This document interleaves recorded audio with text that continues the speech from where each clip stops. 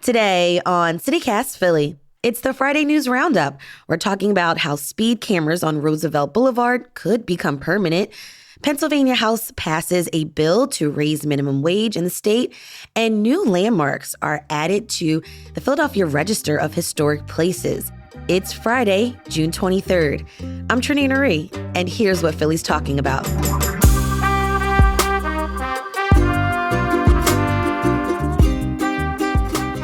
Joining me this week is Maggie Mancini, staff writer at Philly Voice. Hey, Maggie. Hi. And Kimberly Haas, staff writer at Hidden City. Hey, Kimberly. Hi, Trinae.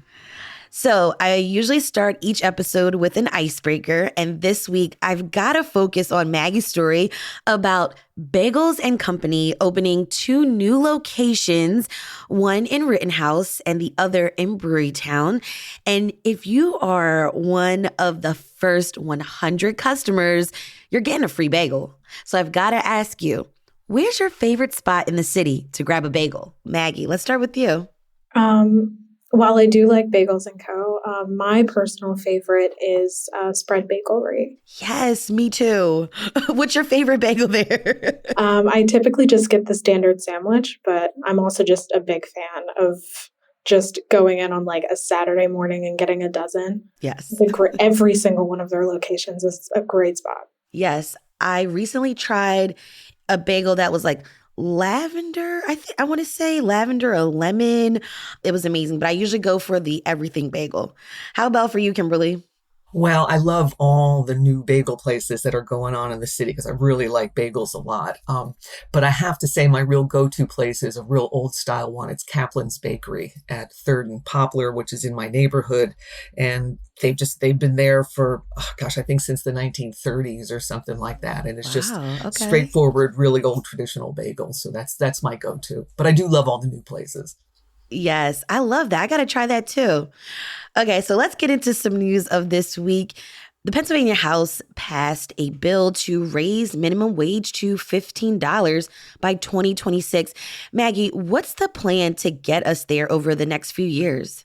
So under this bill, which passed sort of along party lines on Tuesday night, the state would raise its minimum wage gradually over the next 2 or 3 years.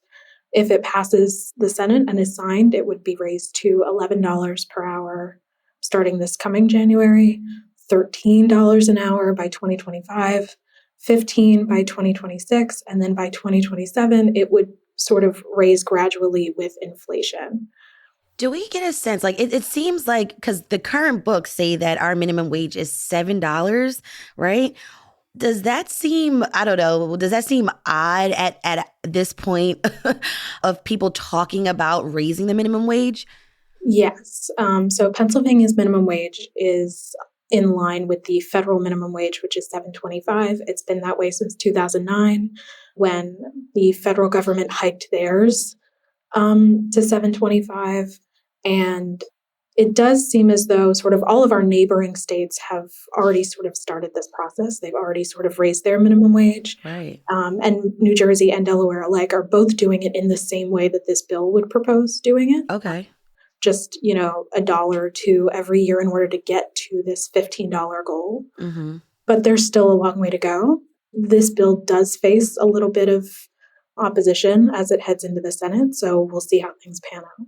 Yeah, totally. And we will also talk about some other legislation that's circling around later in the show. Kimberly, I want to bring you into the conversation.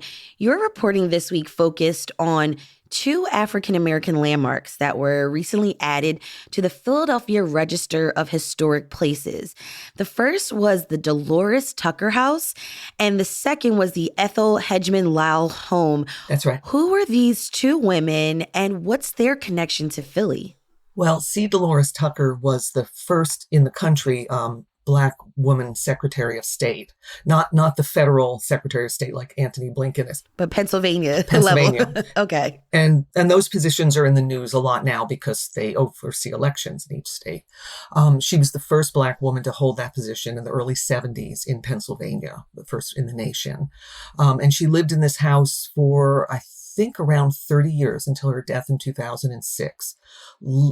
She was a civil rights activist before she had this political position, marching with Dr. King in Selma.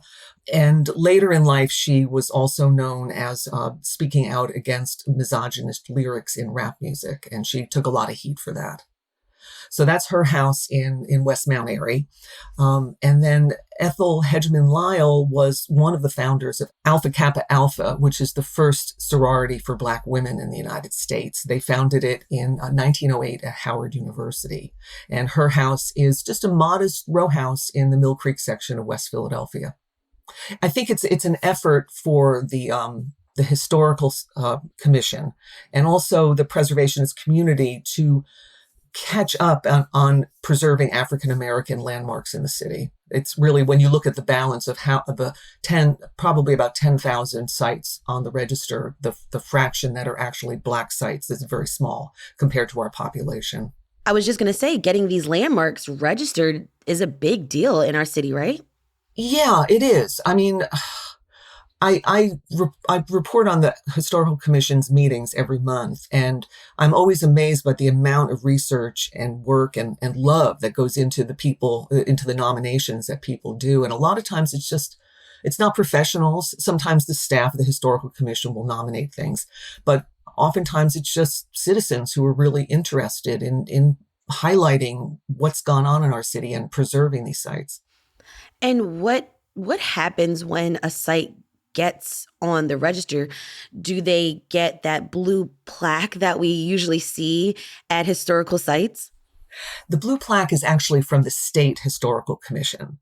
So no, I think people can put something on the site themselves, that they're on the Philadelphia Register of Historic Places, which is different from the National Register. What happens is there are some restrictions on what you can do about the exterior of the building. If renovations, if changes are going to be made, it has to get cleared by the Historical Commission to make sure it doesn't alter the historic nature of the building. It preserves, in almost all cases, it preserves the building from being demolished. And it also, which I think a lot of times when people object to a building being nominated, they don't realize that it also offers some protections and some assistance, where the Historic Commission staff is very active in advising people how to maintain their buildings, what would be a good way to renovate them. It also opens it up to grant possibilities. If you have an officially historic building, there are grant programs on the federal level. So there's a lot of advantages that a lot of times people unfortunately see it as a restriction. I see. Interesting. Got to check out those places. And again, where's the Dolores Tucker house? It's right on Lincoln Drive in West Mount Airy, 6700 Lincoln Drive. They're both privately owned, these two houses. But, you can drive by. It's actually a very nice looking Tudor Revival house, like a lot of houses in Mount Airy are.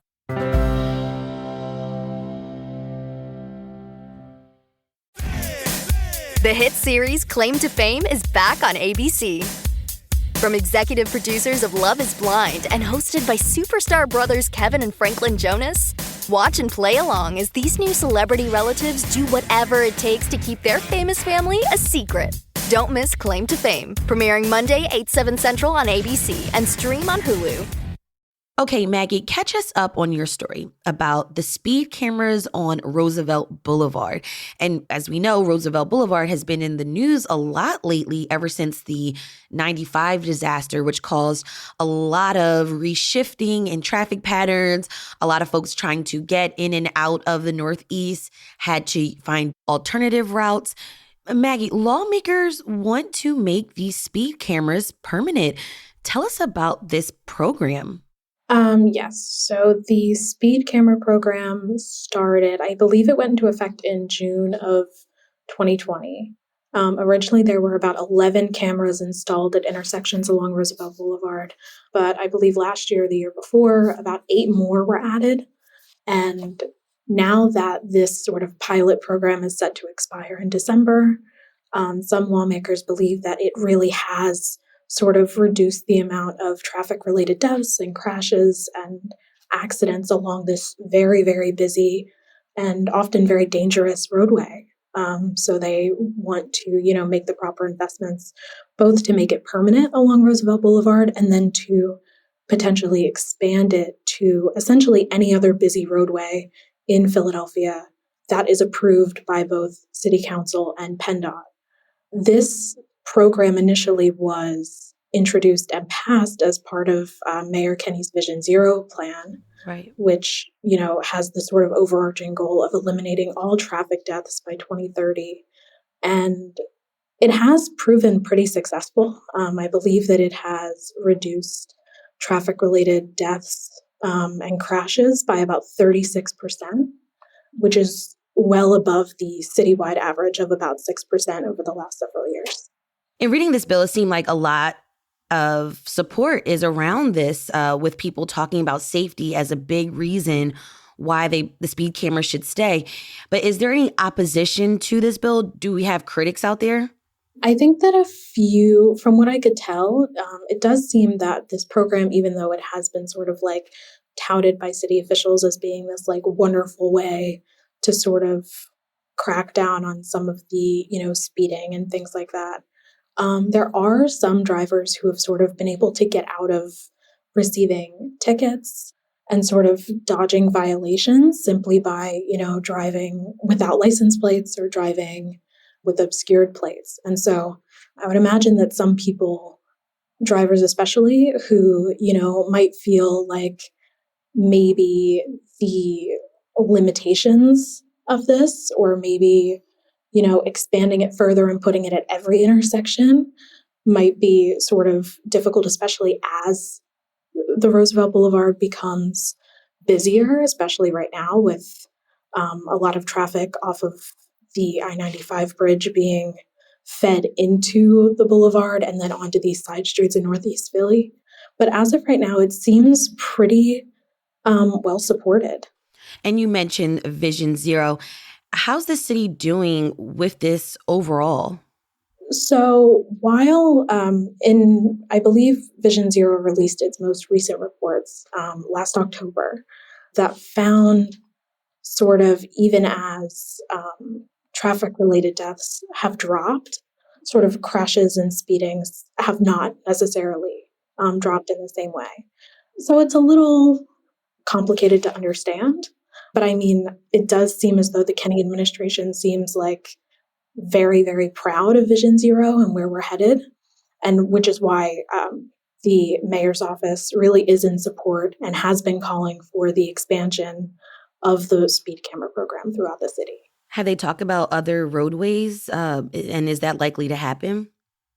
Yes. So when I spoke with officials from the Kenny administration, they were saying that they were sort of calling for the expansion onto roadways like Lincoln Drive, Ridge Avenue, Cobbs Creek, and along Broad Street especially. Do we know the timeline for those potential places? Well, there is sort of this overarching deadline to get this passed, because the hope for lawmakers in support of this bill is that they want to extend it and expand it before the December deadline.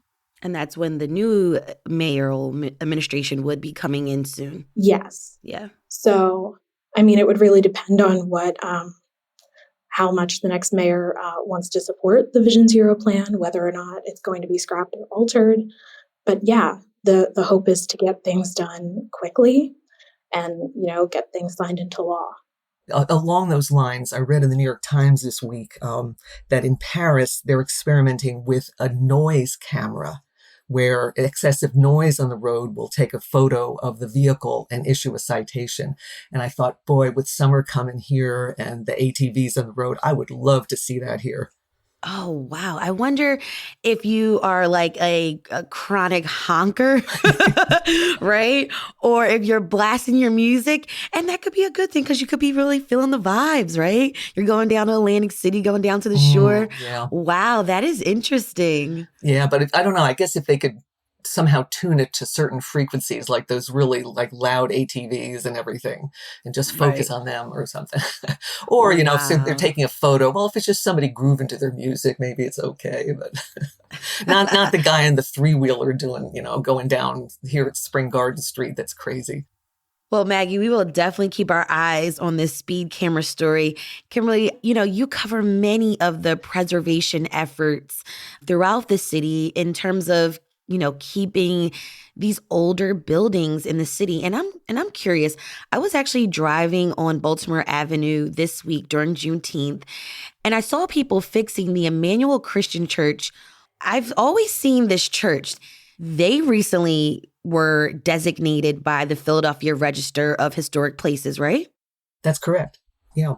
Second attempt for that church. And again, what I was talking about where sometimes the owners object, the first try, which was done by the University City Historical Society, faced a lot of objection from the owners of the church at the time, which was the Hickman Temple AME Church. Since then, last year, they sold it to this new congregation, Emmanuel Christian Church. And as you could see when you drove past, that the building's got these big steel girders kind of propping up one of the main walls. It was in the news recently because the new congregation sold these big stained glass rose windows for a few $1,000s without realizing they were priceless Tiffany windows. What? Yeah, wow. Yeah, really sad story. So anyway, the new congregation was interested in the Historical Society approached them and explained what I was saying before, that, you need help preserving this church. And if it was designated, you might be able to get that help, especially since the National Trust has a special fund for African-American churches to help restore them. But you have to have some kind of official designation to qualify for it. It's a gorgeous building. It goes back to the turn of the last century by a really well-known church architect from the 19th century in Philadelphia, Isaac Purcell. And it's been a landmark in Cedar Park for a long time. It's right on that little Cedar Park triangle there. But it's like so many church buildings in the city, congregations shrink, they get older, and they have a hard time keeping up with these buildings. They take a lot of maintenance, and a lot of the maintenance gets deferred. So I'm hopeful that this new congregation will be able to tend to it. They paid an awful lot of money for the church, and now they're trying to raise money to do some of these repairs. How can people get involved with some of the work to save these structures around Philly?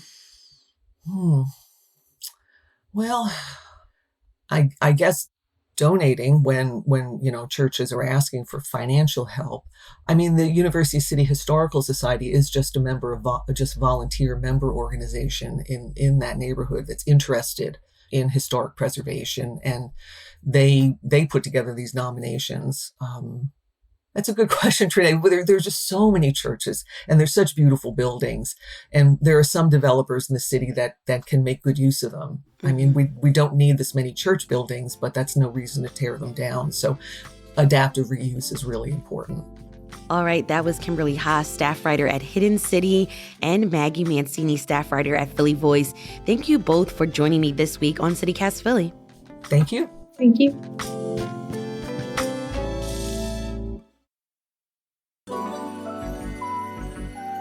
It's time for the tip of the week, where we share a life hack for living in Philly. Now, if you want to get involved with the work of historic preservation throughout Philadelphia, check out the University City's Historical Society. You could also attend the Philadelphia Register of Historic Places monthly meetings on the second Friday of each month. Kimberly tells us that the group still meets on Zoom and publishes their agenda so that you can follow along. We'll have a link in our show notes. If you have a tip of the week, we'd love to hear from you too. Call or text us at 215-259-8170.